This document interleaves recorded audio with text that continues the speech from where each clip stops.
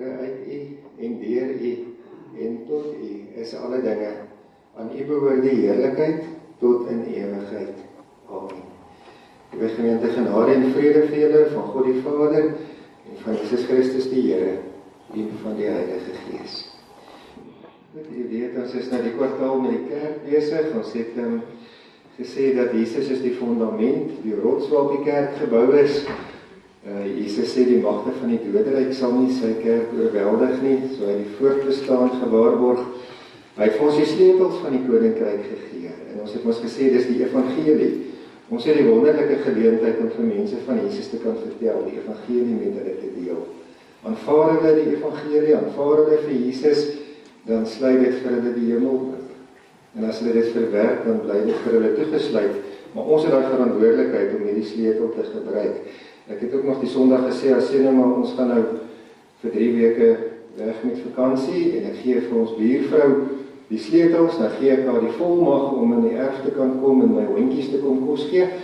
So ek het vir haar vra, doen dit, en sy doen dit nie, sy het die sleutel, maar sy doen nie dit vir 3 weke nie, dan gaan die 2 hondjies doodgaan, as hulle vir 3 weke nie kos en water kry nie. So ek kan skade ly as sy nie die sleutels gebruik nie. En so ook het God vir ons die sleutels van sy koninkryk gegee, die evangelie, om uit te dra. En sy koninkryk ly skade as ons dit nie hanteer nie, as ons nie die woord sprei en vir mense van hom vertel nie.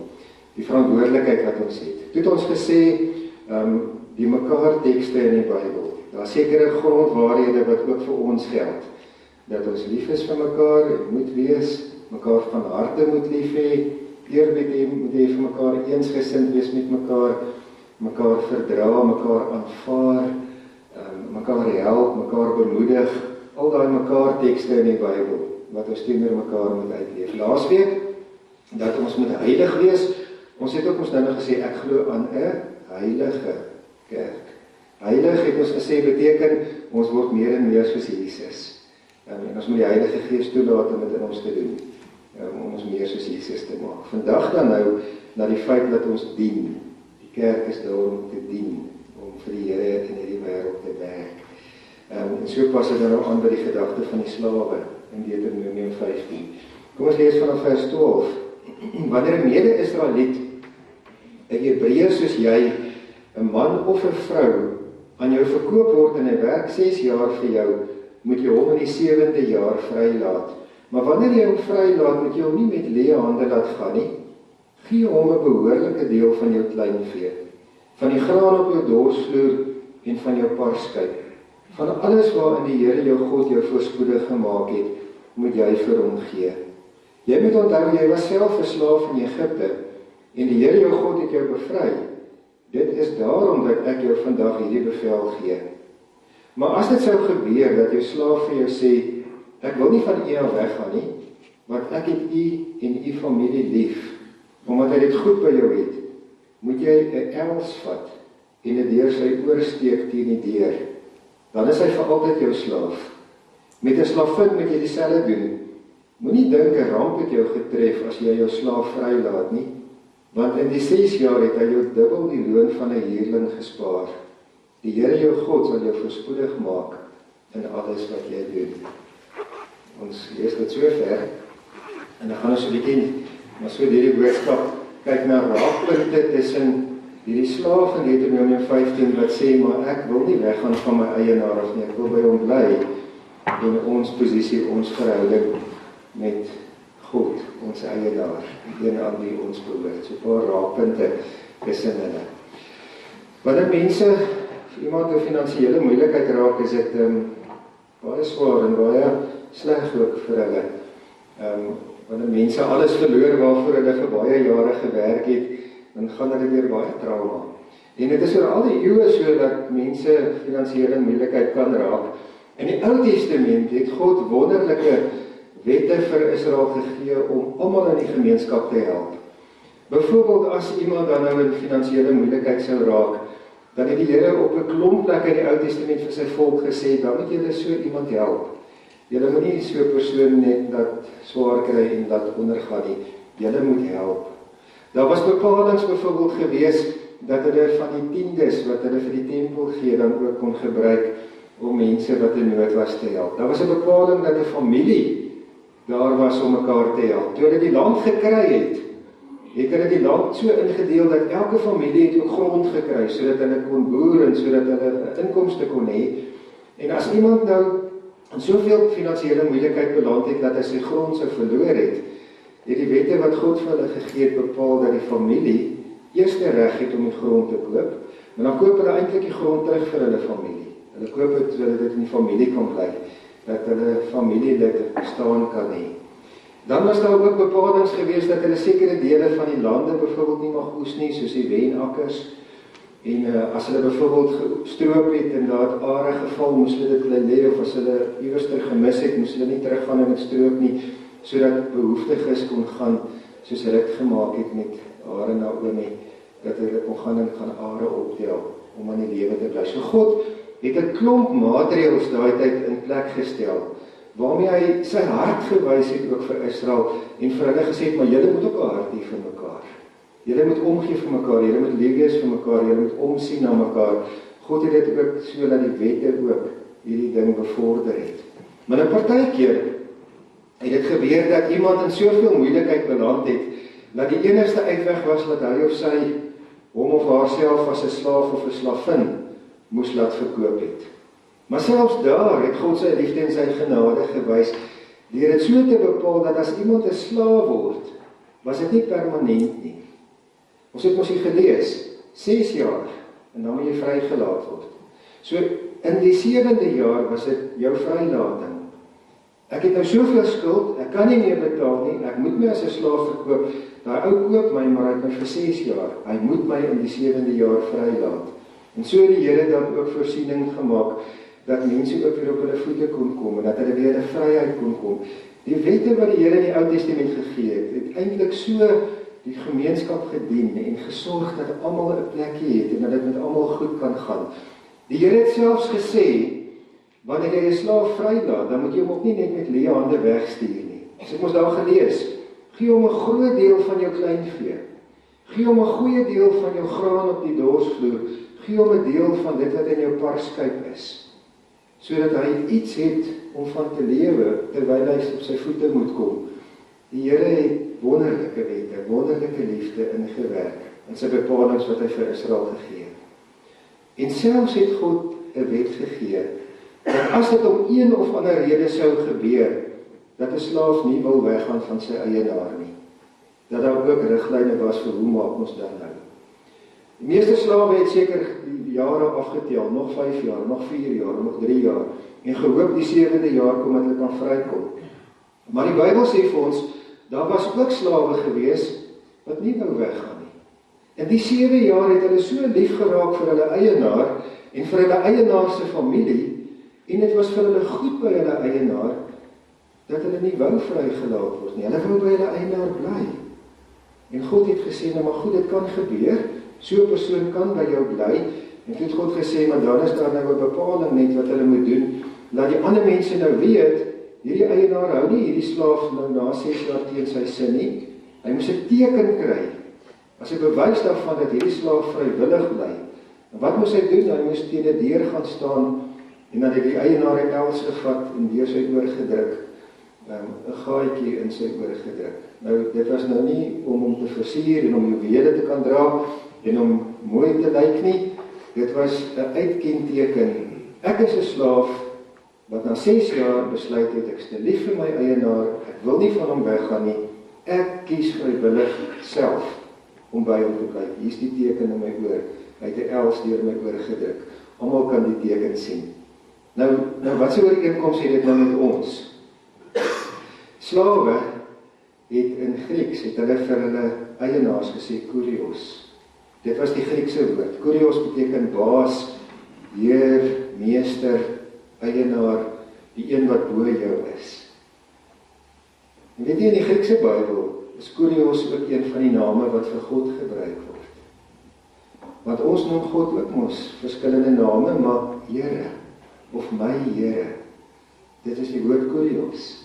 Daai woord word gebruik in Romeine 10 vers 9, waar daar staan, as jy met jou mond bely dat Jesus die Here is, met ander woorde, en dan gebruik hy kurios, As jy soos 'n slaaf sê vir sy eienaar, U is my kurios. Romeine 10 vers 9 sê, as jy vir die Here sê, U is my kurios, U is my Here, en met jou hart glo dat God hom uit die dood uit opgewek het, dan sal jy gered word. En nou is daar baie ooreenkomste wat ons dan nou kan tref. Soos wat 'n slaaf na 6 jaar kon kies, ek kan bly of ek kan gaan, sê God vir ons in die Bybel, dat hy die geleentheid en die uitnodiging aan elkeen van ons stel, of ons hom Here, Kurios, koning van ons lewe wil laat wees. God dwing niemand nie. Die eienaars het daai tyd ook niemand gedwing nie. Hulle het nie, as dit nou hier na by die 6de jaar kom, vir hulle slaaf gesê, weet jy, jou 6 jaar is nou amper verby, jy mag nie weggaan nie, jy moet by my bly nie. Daai slaaf het 'n vrye keuse gehad, of hy wil bly, en of hy wil gaan. En die woord sê vir ons, die Here se uitnodiging, kom na elke mens toe, en ons is van nature slawe. Ons is slawe van die sonde, ons is van nature verlore, ons is in sondebande en in slawebande vasgevang, en Jesus het gekom om ons vry te maak. En die uitnodiging kom na elkeen toe. Wil jy hê dat Jesus die Here en die koning van jou lewe moet wees? Dis 'n vrywillige keuse. En as jy daai keuse gemaak het, en jy sê vir die Here, Here, U is my kurios, U is my Here, dan sê jy ook vir die Here, Here, ek en my alles behoort nou aan U. Ek is vir U rentmeester hier op aarde. Oom Bart het dit altyd so mooi gesê, as hy daar by my gekom het met een van sy karre, die Volksie of die Mercedes, dat hy altyd vir my gesê, my pa het my geleer, die kar is die Here se, pas hom op. Vir alles is ons dan 'n rentmeester, want ons behoort aan die Here, hy is ons kurios. Dis die eerste, dis 'n vrywillige keuse. Die tweede ooreenkoms, tussen wat met hierdie slaaf gebeur en ons, waarom die oor? Hoekom is die slaaf dat in die deur gaan staan, dat die ouwe els deur sy oor druk? Hoekom nou juis sy oor? Hoekom nie 'n merk op sy hand of so tipe iets nie? En ek sê die groot rede daarvoor is, jou ore is die goed waarmee jy luister. Dis die goed waarmee jy hoor wat mense vir jou sê. En as 'n slaaf dan nou juis sy oor laat merk, het hy vir sy eienaar gesê, ek sal luister. Ek sal hoor, ek sal altyd na jou luister, ek sal hoor wat jy sê. Jy is my eienaar, ek behoort aan jou, my ore is oop om jou te hoor, om jou stem te hoor, en jou te gehoorsaam. Wat se ooreenkoms het dit dan met ons? Weet jy, in die Bybel is luister 'n verskriklike belangrike woord. As 'n mens so deur die Bybel gaan, dan is daar keer op keer vir ons as Christene die opdrag om te luister, om na die Here te luister. In Deuteronomium 6 byvoorbeeld, in Deuteronomium 5 het die Here vir Israel die wet gegee. En dan kom hy in hoofstuk 6, dan sê hy, en as julle luister na wat ek vir julle gesê het, sal dit met julle goed gaan in die land. En as hy 'n paar versies verder, begin met die gedeelte wat die Jode vandag die Shema noem, hulle geloofsbelijdenis, begin hy met die woordjie luister. Hy sê, luister Israel, die Here ons Here is die enigste Here. So die eerste ding wat hulle moet doen in hulle geloof is om te luister. En miskien luister ons dalk nie altyd genoeg nie. Miskien praat ons dalk baie meer as wat ons luister, en moet ons dalk ook weer by hierdie vrywillige slaaf hoor, hoe belangrik dit is om stil te word en na die Here te luister, om te hoor wat hy vir my wil sê. Ons kry dit ook in Jesaja 50, vers 4 en 5, daar lees ons van die knegg, en dan skryf hy daar in daai paar verse 3 keer van luister, dan sê hy, Here, U het my geleer om te luister. Dan sê hy, het my ook geleer om die regte woorde te gebruik, maar het my geleer om eers te luister. Dan gaan hy nog aan en sê hy, en elke môre laat U my weer luister. Ons praat baie, soos ek nou gesê het, maar hoe baie luister ons na die Here? Hoe baie word ons regtig stil en sê, Here, ek is oop om te hoor wat U vir my wil sê. Luister, 'n verskriklike belangrike ding by mense wat aan die Here behoort. Openbaring 2 en 3, die gemeentes, die briewe aan die gemeentes, kort staan daar, elkeen wat kan hoor, moet luister na wat die Gees vir die gemeente wil sê. Dit is 'n belangrike ooreenkoms tussen 'n vrygelate slaaf in die Ou Testament met 'n gaatjie in sy oor, wat sê, dis in my oor, want ek gaan luister na my eienaar. En ons wat vrywillig die Here koning en Here van ons lewe maak.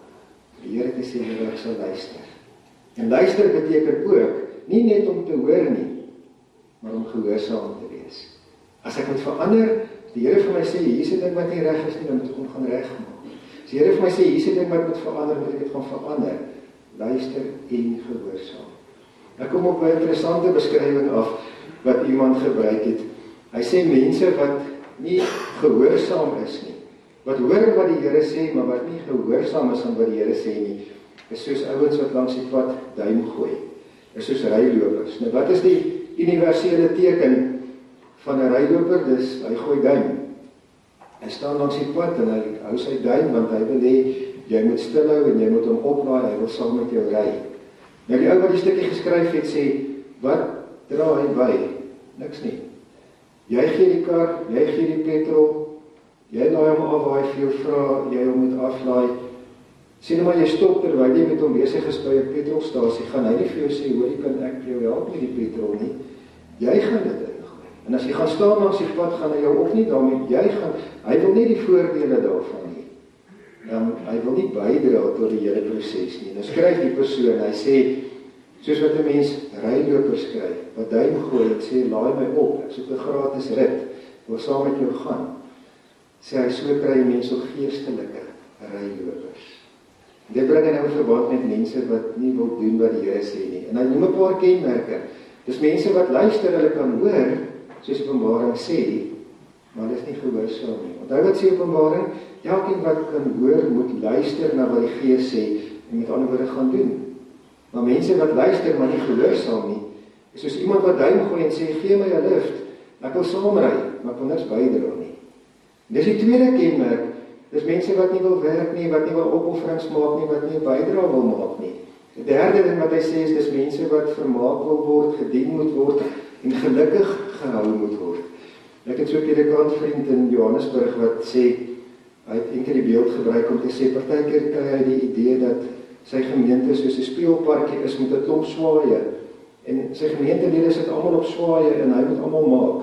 Maak hy nou hierdie ene in 'n holle, dan maak hy die volgende ene in 'n holle, dan maak hy die volgende ene in daai tyd, en daai ene lankal op hy swaai, want hy skop nie bietjie sy eie bene om op te swaai nie, dan moet hy alweer van voor af begin te maak. Mense wat nie heeltyd vermaak wil word, gedien wil word, gelukkig gehou wil word, sê die persoon. En dan mense wat sê, my manier, my voorwaardes, dit is hoe dit moet wees. Hoe het die Here vir ons gesê, moet dit wees? Hy het gesê, ons moet ons deur hom laat snoei. Johannes 15 vers 1 en 2. As jy in die wingerdstok is, moet hy jou snoei, dat jy kan vrug dra. Nie soos ek dit wil hê met ander woorde nie, maar soos wat God dit wil hê. Dit is nog 'n ooreenkoms tussen ons, wat die Here vrywillig gekies het, uit ons eie, en 'n slaaf wat gekies het, ek wil my eienaar bly dien. Ek luister en ek is gehoorsaam, en ek laat God my vorm. Ek wil ons ietsie sê oor die vrywilligheid. So nou reeds mos gesê, so 'n slaaf is nie gedwing nie. Hy het self gekies. Hoekom? Uit liefde. Die staan in die Bybel. Uit liefde. Ek het jou lief gekry. Ek het my eienaar lief gekry. Ek het sy familie lief gekry. Liefde was sy motivering hoekom hy gebly het. Dit het Jesus gesê, moet ook ons motivering wees vir sy koninkryk. In Johannes 14 vers 21 tot 24 sê Jesus, as iemand my opdragte het en dit uitvoer, het hy my lief. En wie my lief het, hom sal my Vader lief hê. En ek sal hom lief hê. En ek sal my aan hom openbaar, sê Jesus. Toe vra Judas vir Jesus, Here, hoekom gaan U aan ons openbaar, maar nie aan die ander nie? Toe sê Jesus, want elkeen wat my lief het, neem my woorde ter harte. En dan sê Jesus 'n mooi ding daar. Hy sê, en ek en die Vader sal na hom toe kom, en ons sal by hom kom woon. Ons motivering om vir die Here diensbaar te wees, met liefde wees. Nie vrees nie, nie dwang of enigiets anders nie, liefde. 'n Slaaf het uit liefde gekies om te bly. Jesus sê, die liefde waarmee ons hom dien, word deur God raak gesien. Ek wil ietsie sê oor die merk, oor die ooreenkoms tref tussen die slaaf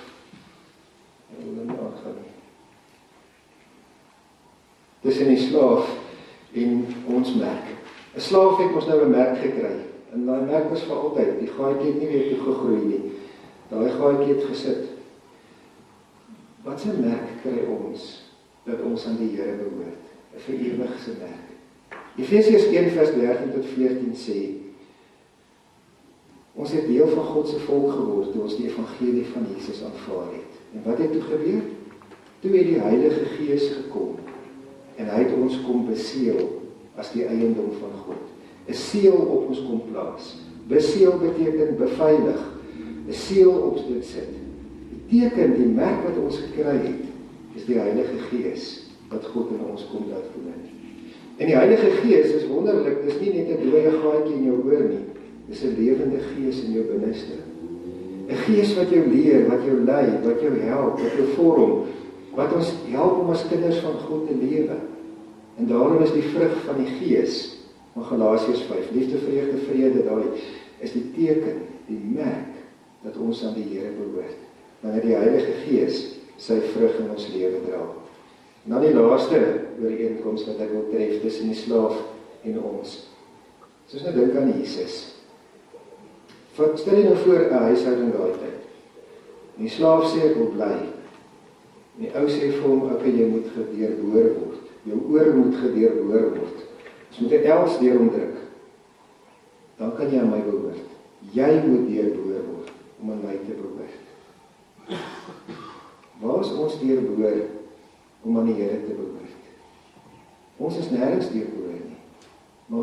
Maar dan moet dan nou gedeurboor word. Jesaja 53 vers 5 sê, Jesus het homself laat deurboor, sodat ons aan hom kan behoort. Hy is vir ons oortredinge deurboor. Hy is vir ons oortredinge gemartel. En kyk nou weer 'n keer hoe wonderlik is die Here se liefde en genade, nê? In die Ou Testament sê die eienaar, kom staan teen die deur, dat ek die els deur jou oordruk. In die Nuwe Testament kom God en hy sê, toe maar, ons gaan dit nie met jou doen nie, ek gaan dit aan myself doen. Ek gaan my seun laat deurboor, dat elkeen van julle gered kan word, dat julle aan my kan behoort. En nou tekste wat ons al baie keer in die gemeente genoem het, wat ons dan nou oproep om dan nou diens te lewer en die Here se voorbeeld te volg.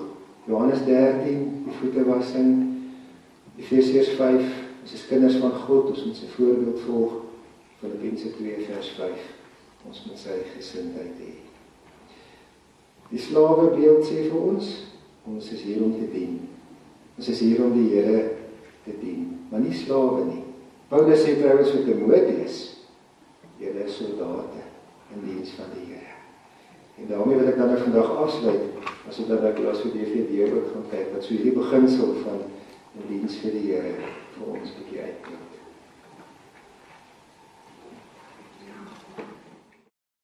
Ek is 'n soldaat in hierdie weermag uit vrye wil en ek is ingeskryf vir ewig. Ek sal nie uit hierdie weermag bedank nie, maar sal aanhou dien totdat die Here terugkom of totdat ek sterf. Ek sal nie uittreë nie, ek sal nie opgee nie. Ek sal nie gemanipuleer word deur mense of geïntimideer word deur die vyand nie. Waar my bevelvoerder my nodig het, daar sal ek dien. Of dit nou by die Sondagskool of by die koffietafel is, by die Gideons of by my werk, waar die geleentheid gegee word om die koninkryk te help uitbrei, daar sal ek wees. God kan my gebruik, omdat ek myself beskikbaar stel.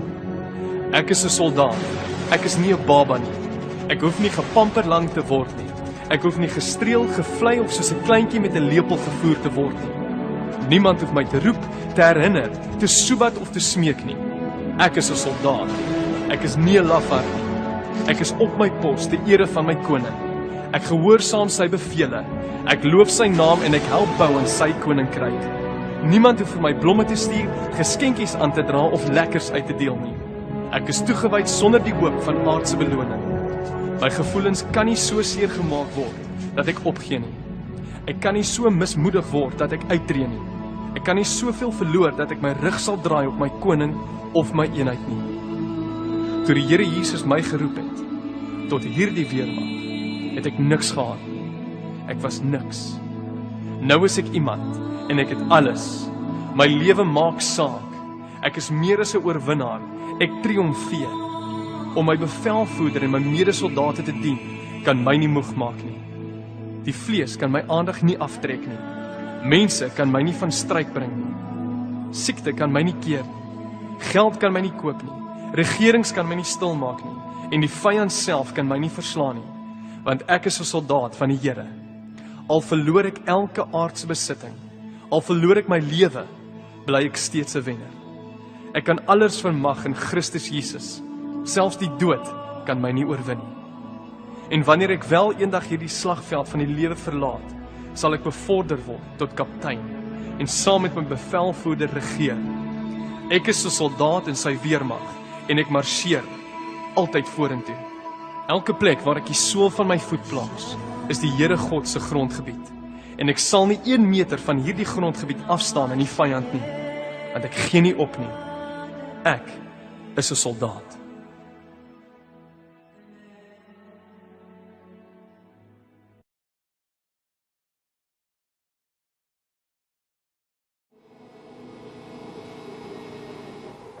Ons bid saam. Hemelse Vader, U het ons vrygemaak. Ons was van nature, van geboorte, verlore slawe van die sonde. Maar U het die Seun gestuur en hom laat deurboor, sodat ons vry kan kom. U het ons nie deurboor nie, U het die Seun laat deurboor. So lief het U vir ons, Here. Soos Johannes 3 vers 16 sê, so lief het U die wêreld. Dankie dat U vir ons op die keuse gee om U Here en Koning van ons lewe te laat wees.